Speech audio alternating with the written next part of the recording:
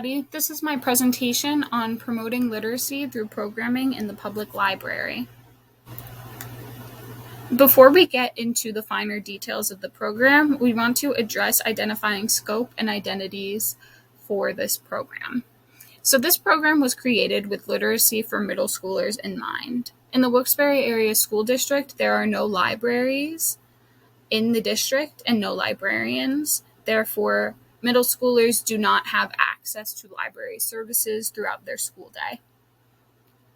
There are a large number of students with learning disabilities in the Wilkes-Barre Area School District, and for this program, we will be focusing on dyslexia.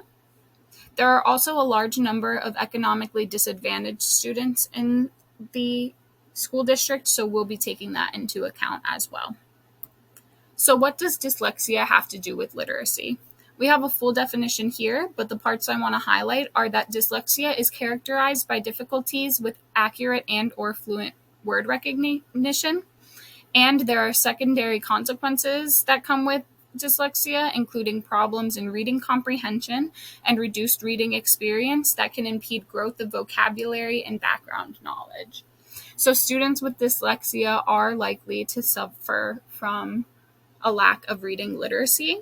And it is important to note that while literacy also includes writing, for the purposes of this program, we will just be focusing on the reading aspect of literacy. Now on to socioeconomic status. In the 2017 to 2021 school years, it was reported that 27.1% of families in the Wilkes-Barre Area School District were living below the poverty level.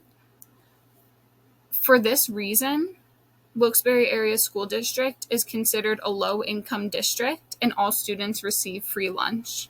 I believe that since 2017 to 2021 statistics, the poverty level has gone up in the Wilkes-Barre Area School District, but unfortunately that data is not out yet. We also want to consider that those born into a low socioeconomic status often have fewer opportunities and will not have a strong foundation for literacy. So impoverished students are likely to suffer from a low literacy rate. That is why we want to propose this program, which is an after-school program meeting from 3 to 4 o'clock on Tuesdays and Thursdays. Busing will ideally be provided by the school district for students to get from the middle schools to the public library. We want to implement the use of high-low books. This means high interest, low readability, meaning that these books have limited vocabularies, but they do not sacrifice the content, and everything is on age level as far as theme goes for students and participants. For students who are not at the level of reading books yet, we will use sight words to help them with word recognition before they can move on to reading books. With this in mind, there will likely be some large group read aloud as well as one-on-one and or small group time. And due to the socioeconomic status of many of our participants and in our community, dinner will be served at this program. So how does this address our need? This program will promote literacy by providing a non-intimidating space to learn new skills and reach goals. So our measurable objectives for this program, we will use progress monitoring and comprehension guides. So for progress monitoring, we will do this in the beginning of the program at our very first meeting to kind of test where our participants are at as far as their literacy rates. They'll read from a paper, they'll have a short amount of time, and we will count how many words they have read correctly in that amount of time. This could range from a 0% effectiveness to 100% accuracy. And based on that, we can group our students based on their needs that were reflected in the initial progress monitoring. There will also be comprehension guides throughout the course of the program. This is a way for facilitators to track students and participants' knowledge. So, for example, we can use comprehension guides to see if participants are grasping the material and the content within it. They may be able to read the words, but are they understanding what they're saying? These can be tracked throughout the program to see where participants were when they first started and where they are at the end of the program. And progress monitoring can be used in the same way. Our potential collaborators are, of course, the Wilkes-Barre Area School District middle schools. We want to appeal to this group of students, and there's no better way to do that than to get the word out in their schools. It would also be nice to have volunteer teachers to help us. Right now, the library staff that will be included in this program is anyone involved in facilitating programming for children and teens, but there are only 2 of us, so that is not enough. We will need volunteers as well. We'll also need the help of the district's busing company to take students from the middle school to the library. And in relation to that, we will need Wilkes-Barre Area School District to fund these bus rides like they would a bus ride for a sports program or any other after-school affiliated club. Lastly, we want to get in touch with CEO. CEO is Wilkes-Barre, Pennsylvania's food bank that donates free meals to those in need. So if we're targeting a low socioeconomic demographic, CEO should be more than willing to offer food for this cause. Next, we're going to look into the universal design of learning and talk about how the universal design of learning fits in with this programming. So under providing multiple means of engagement in this green column, we're going to look at providing options for recruiting interest. I want to focus on optimizing relevance, value, and authenticity. So we want to make sure that we are listening to the participants and that we are choosing materials that reflect their needs.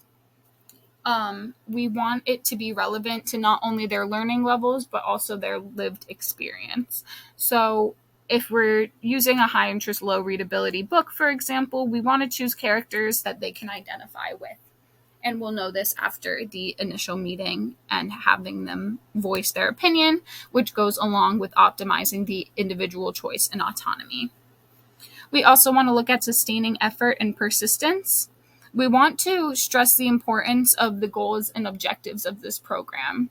So we don't want to say, here's your homework. We don't want this to be an intimidating process. We want it to benefit them. So everything we do in this program is to benefit our participants, and we want to let them know that the goals are there to create more opportunities for them in their future, as opposed to us just giving them busy work. Next, we're going to look in the purple column about providing multiple means of representation.